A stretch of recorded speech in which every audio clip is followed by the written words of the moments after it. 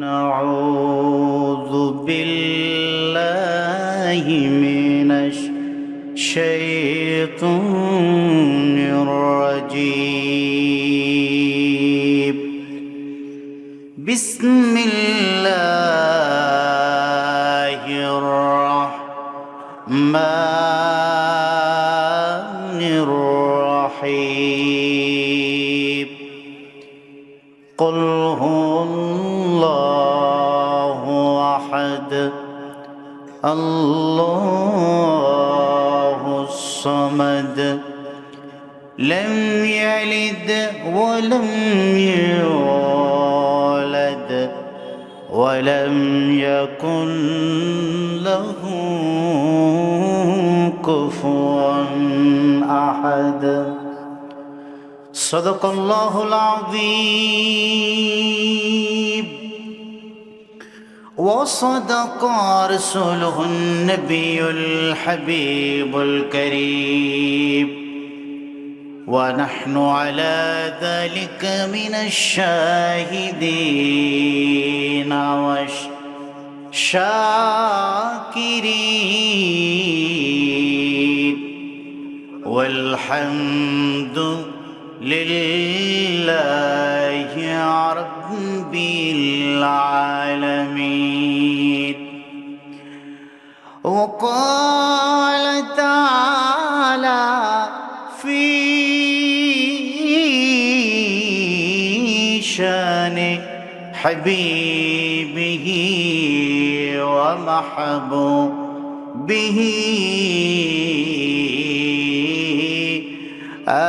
آمرا ومخبرا إن الله وملائكته يصلون على النبي يا أيها الذين آمنوا صلوا عليه وسلموا تسليما. اللهم صل على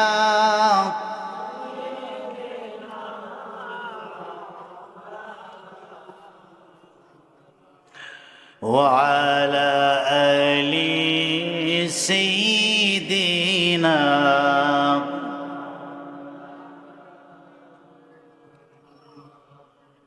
জোরে সোরে মোহাব্বতে পড়ুন আল্লাহুম্মা সাইয়্যিদিনা মাওলানা মুহাম্মদ ওয়া আলা আলি মাওলানা। আশিক হয়া পড়ি দরুদ মাশুক আছেন মদিনায়। নবীর আশিক যদি হইতে পারি ওই জান্নাত হবে ঠিকানা। আল্লাহুম্মা সাল্লি আলা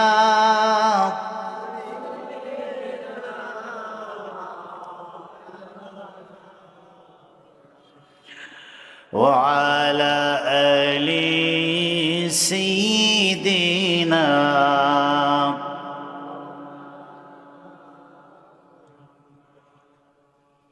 কবে যে যাব মদিনায় হে রাসূল,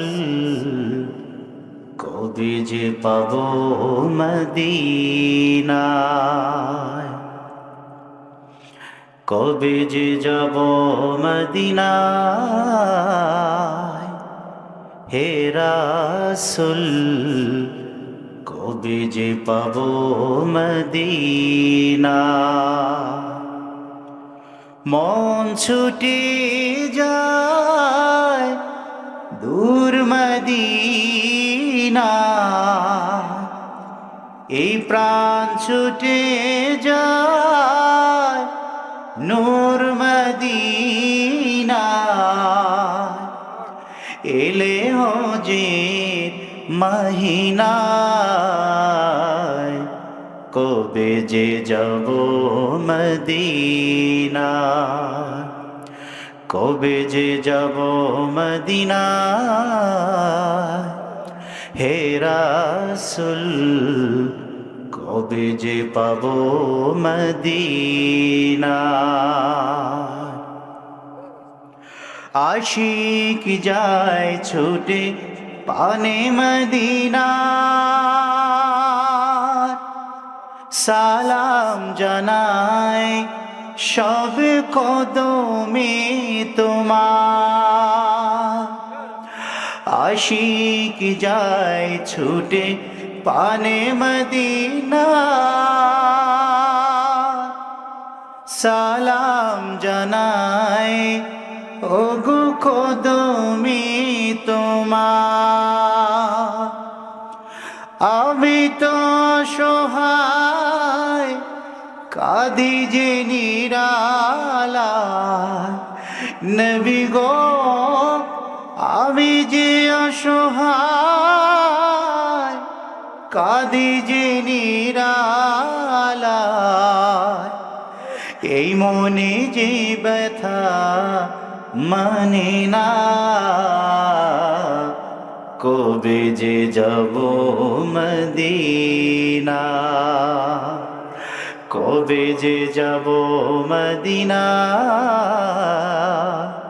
হে রাসূল কবে যে পাব মদিনা। মন ছুটে যায় ওই মদিনা, এই প্রাণ ছুটে যায় নূর মদিনা। এলে হজের মহিনায়, কবে যে যাব মদিনা। তোমায় ছাড়া নবী যায় না চলা, তুমি আমার ওগো তরানেওয়ালা। তোমায় ছাড়া নবী যায় না চলা, তুমি মোদের ওগো তরানেওয়ালা। মরণ বেলায় দিও দেখায় আমার নবী গো, মরণ বেলায় দিও দেখায় আমার চরণে কামনা। কবে যে যাব মদিনা, কবে যে যাব মদিনা। হে রাসূল কবে যে পাব মদিনা।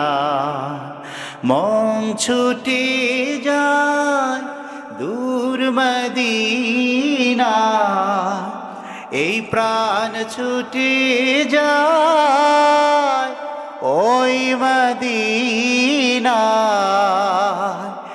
এলে হজের মহিনায়,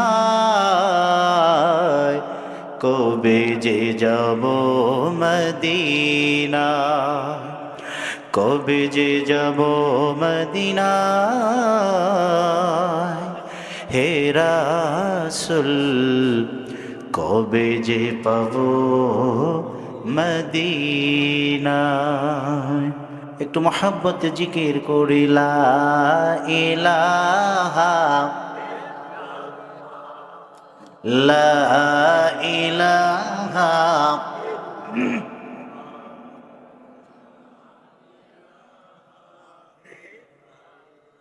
জোরে লা ইলাহা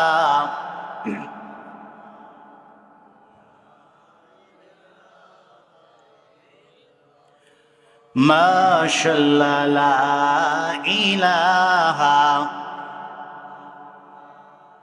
লা ইলাহা বলি লা ইলাহা ও লা ইলাহা নেই কেহ নেই আল্লাহ ছাড়া লা ইলাহা ও লা ইলাহা লা ইলাহা ইল্লাল্লাহু মুহাম্মাদুর রাসূলুল্লাহ সাল্লাল্লাহু আলাইহি ওয়াসাল্লাম আল্লাহুম্মা সাল্লি ওয়া সাল্লিম ওয়া বারিক আলাইহি। মুআজ্জাজ মুহতারাম, সিদ্ধান্তের বাট্রা খানকায় জাহিরিয়া দরবার শরীফ প্রাঙ্গণে আয়োজিত 42তম ইসালে সওয়াব ওয়াজ ও জিকিরের মাহফিল আজকের এই মোবারক মুতাবাররাক মজলিসের মোহতারাম সভাপতি আশিক রসুল মাশুক এলাহি পীরে কামিল শাহ সুফি হজরত মৌলানা মোহাম্মদ মাসুম মাহমুদ পীর সাহেব আড়াইশিদা রাহমানিয়া দরবার শরীফ ব্রাহ্মণবাড়িয়া, আল্লাহ তাআলা যেন পেশায় বুজুরের ন্যাক দীর্ঘ সুস্থ হায়াত আল্লাহ যেন আসমানি খায়ের ও কল্যাণ নাজিল করে। সকলে দোয়া করুন আর পড়ুন আল্লাহুম্মা আমিন। মাহফিলের প্রধান অতিথি গণপ্রজাতন্ত্রী বাংলাদেশ সরকারের মাননীয় প্রতিমন্ত্রী গৃহায়ন ও গণপূর্ত মন্ত্রণালয়ের জননেতা জনাব মোহাম্মদ শরীফ আহমেদ এমপি মহোদয় সাহেব আতাল্লাহ আমরা বারাকাল্লাহ ফি হায়াতি, আবারও পড়ুন আমিন। নসিহত পেশ করেছেন হাজারাত ওলামায়ে কেরাম, যারাই কথা বলেছেন আল্লাহ সকলের কথা বক্তব্য আলোচনা আল্লাহ যেন প্রত্যেকের জন্য নাজাতের ওসিলা হিসাবে, দুনিয়া আখিরাতের কল্যাণের ওসিলা হিসাবে আল্লাহ যেন কবুল মঞ্জুর করেন। সকলেই পড়ুন আমিন।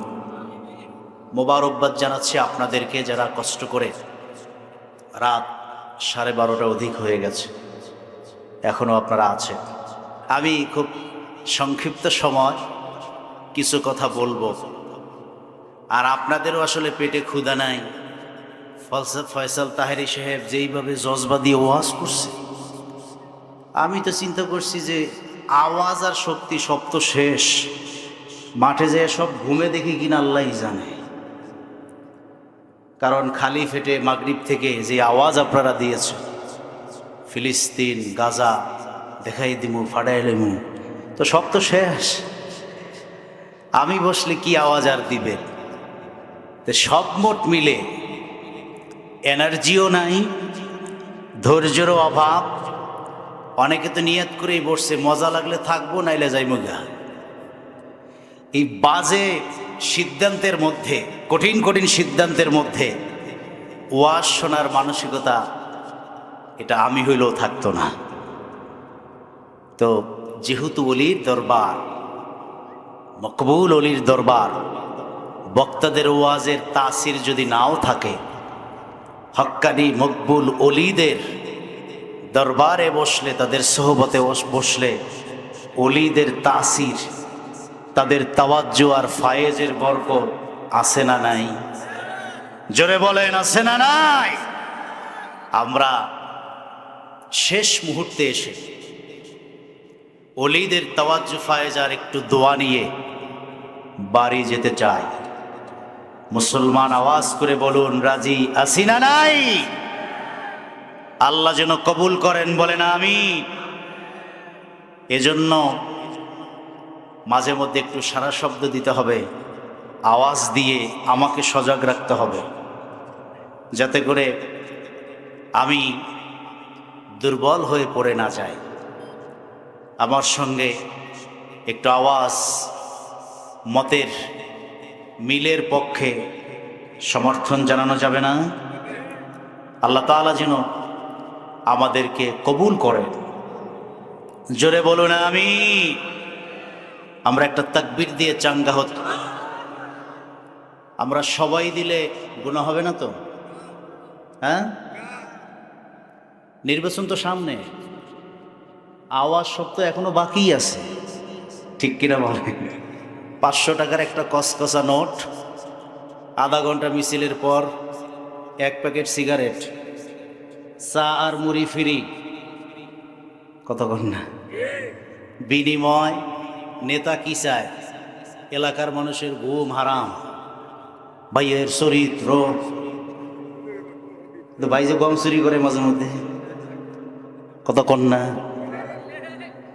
তাহলে বুঝে গেল গম চোরের মিছিলে আওয়াজ আছে না নাই? আমি কত মিছিল দিছি, বাপরেও ভাই কয় মাঝে মধ্যে, আমার ভাই তোমার ভাই।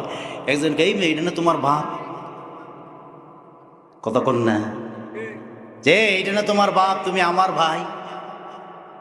যে মিছিল মিটিংয়ে বাপ নাই ভাই নেই, সবই সমান। আমি এটা বুঝাতে চাই যে দুনিয়ার এই মিথ্যা মিছিলে, দুনিয়ার এই মিথ্যার মিছিলে ইমানদার মুসলমান আওয়াজ দেয় আর গলা ভাঙে।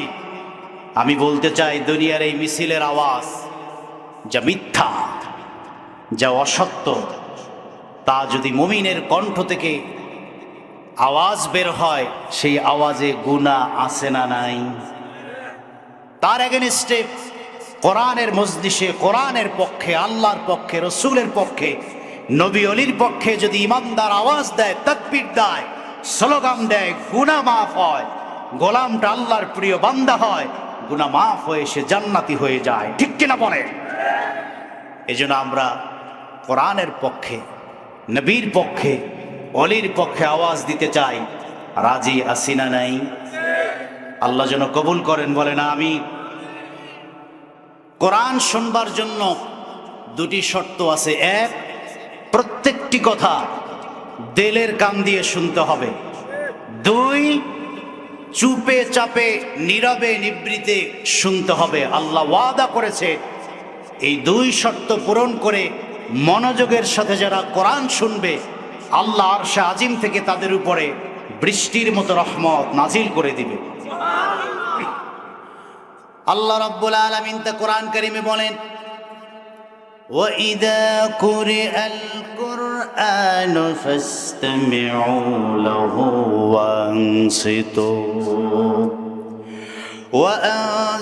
وَأَنصِتُوا لَعَلَّكُمْ تُرْحَمُونَ।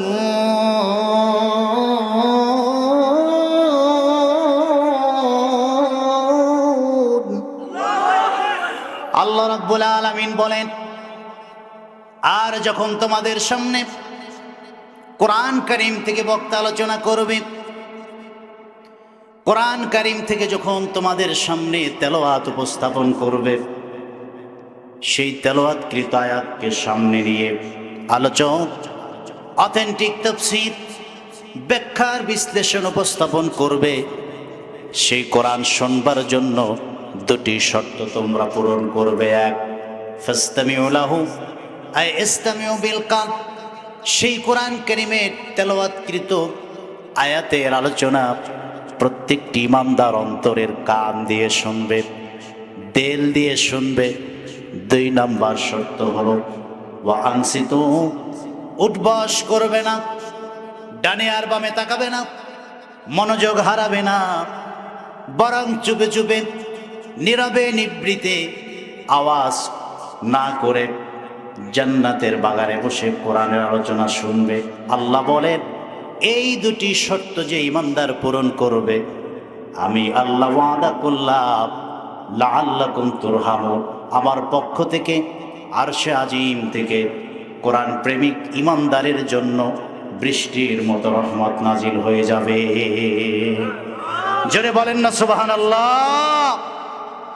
আমরা নীরবে নিবৃতে কোরআন শুনবো, আল্লাহ রহমত নাজিল করবে, ইমানদারের কলিজাকে শান্ত করবে, গুনাহ মাফ করবে।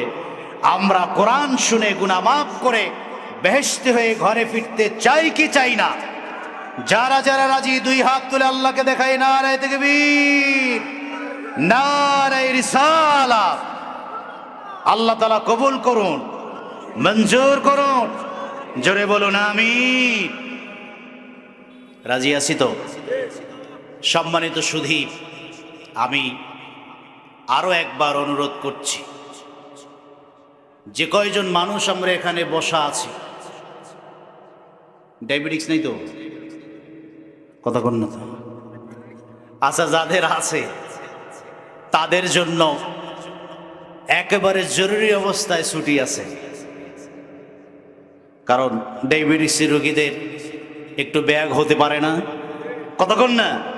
কিন্তু আমরা যারা ইয়াং আছি 2, 4, 5, 10 ঘন্টা বসে থাকতে পারি, তাদের জন্য কোনো ছুটি নাই, ঠিক কিনা বলেন? আমাদের উঠবস করার কোনো সুযোগ নাই। যদি আপনি উঠবস করেন তাহলে এটা কোরআনের মাহফিলের সাথে আদবের খেলাফ হবে, ঠিক কিনা বলেন? আমরা শেষ মুহূর্তে এসে এই আদবের খেলাফ যে বেয়াদবি হয় তা আমরা করতে চাই না। খুবই সংক্ষিপ্ত সময় পবিত্র কোরআন কারিমের দ্বিতীয় সর্বোচ্চ ছোট একটি সূরা আমি তেলাওয়াত করেছি, যে সূরাটি এখানে সবার মুখস্থ আছে। সেই সূরাটির নাম সূরাতুল ইখলাস। নাম শুনেছেন? সূরা ইখলাসের নাম সবাই শুনেছেন?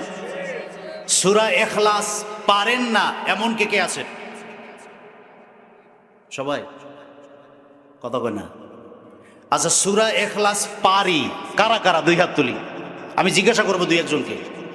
চাইন কিন্তু বুঝে শুনে হাত তুলেন। সবাই সবাই আলহামদুলিল্লাহ বলেন না? বাদ সহজে কুল হু আল্লাহ সূরা, ঠিক কিনা বলেন?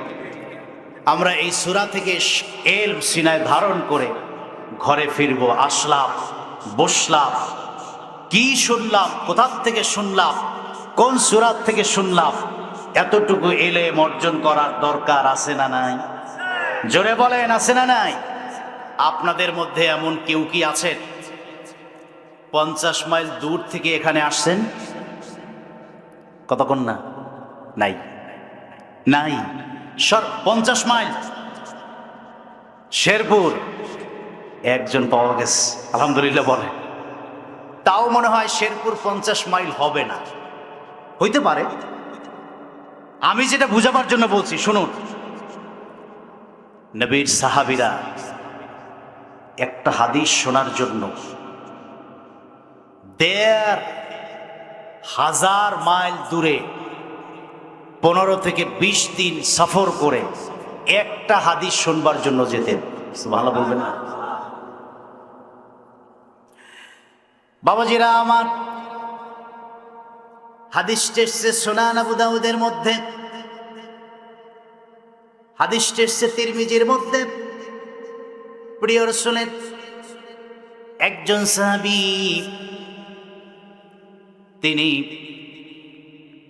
ওই যে সিরিয়ার রাজদরবার দামেস্কে থাকতেন, তার নাম আবু দারদা।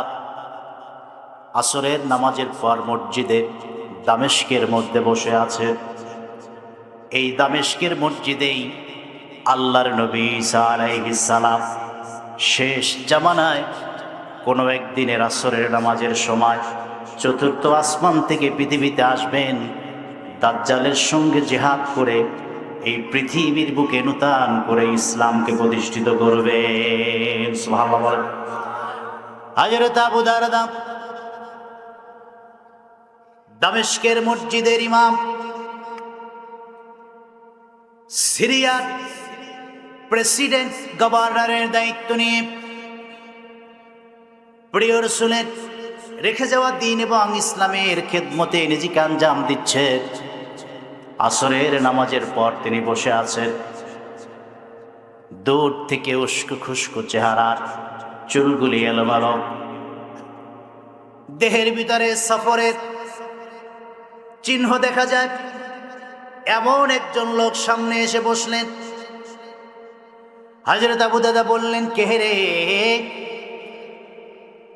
কোথা থেকে এসছেন, কি আপনার নাম, কি আপনার পরিচয়?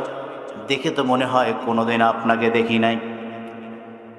মুসাফির ব্যক্তিটি প্রিয় রাসূলের প্রিয় সাহাবী আবু দারদাকে বলে, ও নবীর সাহাবী, জানতে চেয়েছেন কোথা থেকে এসছি, কেন এসছি। খুব পরিষ্কার কণ্ঠে আপনাকে জানাই, শুনতে পেয়েছি আপনার কাছে নাকি নবীজির একটা হাদিস সংরক্ষিত আছে। আমি সেই হাদিসটি শুনবার জন্য দীর্ঘ 15 থেকে 20 দিন রাত আর দিন সফর করে মদিনা মুনাওয়ারা থেকে 1500 মাইলের পথ পাড়ি দিয়ে আল্লাহর হাবিবের একটা হাদিস শোনার জন্য আপনার কাছে হাজির হয়েছি। এক ভাই এসছে 50 মাইল দূর থেকে, বাকি আমরা 1 মাইল 1.5 মাইল 2 মাইল থেকেই, এর মধ্য থেকেই তো আসছি, ঠিক কিনা? তাও কিন্তু ধৈর্য নাই, ধৈর্য নাই। কটকটির দোকানে চা খাইতে রাস্তার মধ্যে আসে না নাই? বাড়ির থেকে আসছে ওয়াজ শোনার জন্য, খুঁজলে পাওয়া যায় চায়ের দোকানে। কতক্ষণ না বুঝা গেল? আজকের দিনের জন্য এই প্যান্ডেলটুকুই বেহেশতের বাগান। তুমি ঘর থেকে বের হয়ে জান্নাতের বাগানের কাছাকাছি এসে বেহেশতের বাগানে ঢুকতে পারলা না, চায়ের দোকানে আটকা পড়লা। তুমি আটকা পড়ো নাই, মিস্টার ইবলিস তোমাকে আটকাইয়ে দিয়েছে, ঠিক কিনা বলে? এটা দুর্ভাগ্য। বেঁচে থাকলে কটকটি আর চা বহুত খাওয়া যাবে, কিন্তু 1 বছর বেঁচে থাকবেন, আবারও এখানে মাহফিলে এসে বসবেন, তার কোনো গ্যারান্টি নাই। এজন্য আমি বলছি, বেহেশতের বাগানের কাছে যেহেতু চলেই আসছে, রাস্তায় দাঁড়িয়ে কেন, চায়ের দোকানে কেন, বেহেশতের বাগানেই ঢুকে পড়ো। আবার অনেক বুদ্ধিজীবী আসতো, যাওয়ার দরকার কি, ওয়াজ তো রাস্তা দিয়ে শোনা যায়। কতক্ষণ না চাও খায়, ওয়াজও শুনে। আমি বলি, চায়ের দোকান আর এটা বেহেশতের বাগান। সুবহানাল্লাহ। চায়ের দোকান কখনো বেহেশতের বাগান হবে না। হবে, মনে রাখা দরকার। জান্নাত থেকে জাহান্নাম দেখা যাবে, জাহান্নাম থেকে জান্নাত দেখা যাবে, কিন্তু জাহান্নামীরা জান্নাতে ঢুকতে পারবে কি? বলেন, পারবে? দেখা গেলে কি হবে, শোনা গেলে কি হবে? এটা জান্নাতের বাগান, আর চায়ের দোকান পৃথিবীর নিকৃষ্ট জায়গা, ঠিক কিনা বলে? নবীর সাহাবীরা 1500 মাইল পথ পাড়ি দিয়ে 20 থেকে 25 দিন সফর করে একটা হাদিস শোনার জন্য চলে যেতেন। সুবহানাল্লাহ। তিনি বললেন, কি ভাগ্যবান ব্যক্তি তুমি, 20 দিন সফর করে আমি আবু দারদার কাছে একটি হাদিস শুনবার জন্য এসছো। লোকটি বলল, আমার ঘুম আসতো না।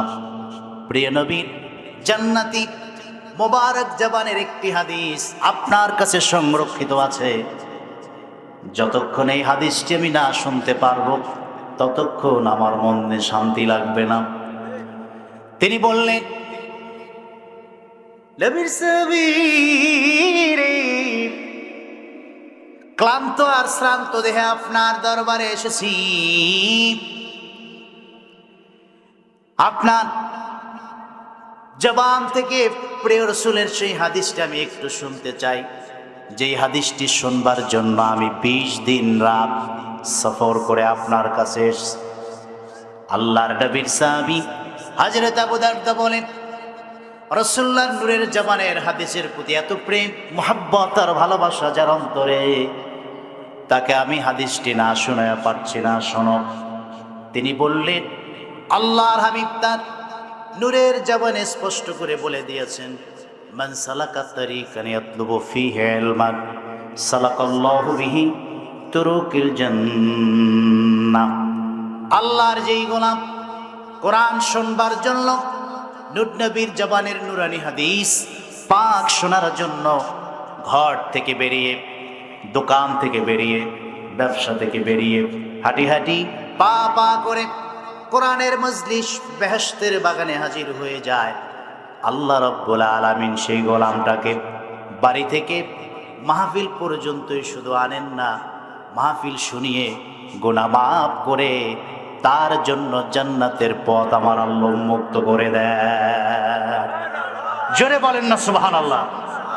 শুধু তাই নয়, কোরআন প্রেমিক গোলাপ কোরআন কারীমের আলোচনা শুনবার জন্য বেহেশতের বাগানে বসে যায়, উঠবস করে না, ডানে আর বামে তাকায় না, পিংপতন নীরবতার সঙ্গে মধুমাক্ষিকার নাই সেই কোরআন কারীমের আলোচনা শুনবার জন্য খের বিছানো মাঠের উপরে তারা বসে যায়।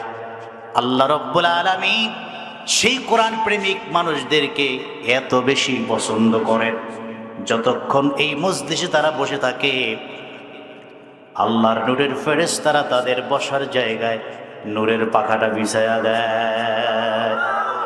আল্লাহ রাব্বি বলেন, ওয়া ইন্নাল মালাইকাতা লাতাদউ আজনিহাতাহা রিদাল লিতালিবিল ইলম।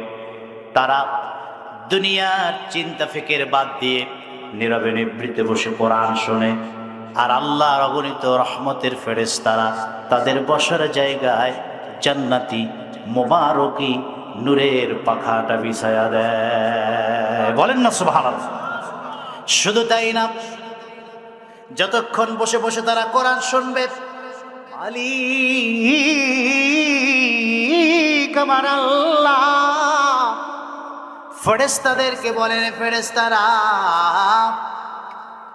আমি আল্লাহর প্রেম আর মোহাব্বত ভালোবাসার হৃদয় নিয়ে, আমার নূর নবীর মোহাব্বত ভালোবাসার হৃদয় নিয়ে চাতক পাখির মতো কোরআন কারীমের আলোচনা শুনছে।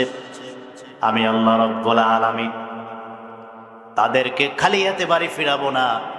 গাছপালা, নদী নালা, পাহাড় পর্বত, আসমান জমিন গোটা সৃষ্টিকে নির্দেশ দেন, কোরআন প্রেমিক বন্ধুর জন্য আমার সকল সৃষ্টি আল্লাহর কাছে তওবা করতে থাকে, ইস্তিগফার করতে থাকে।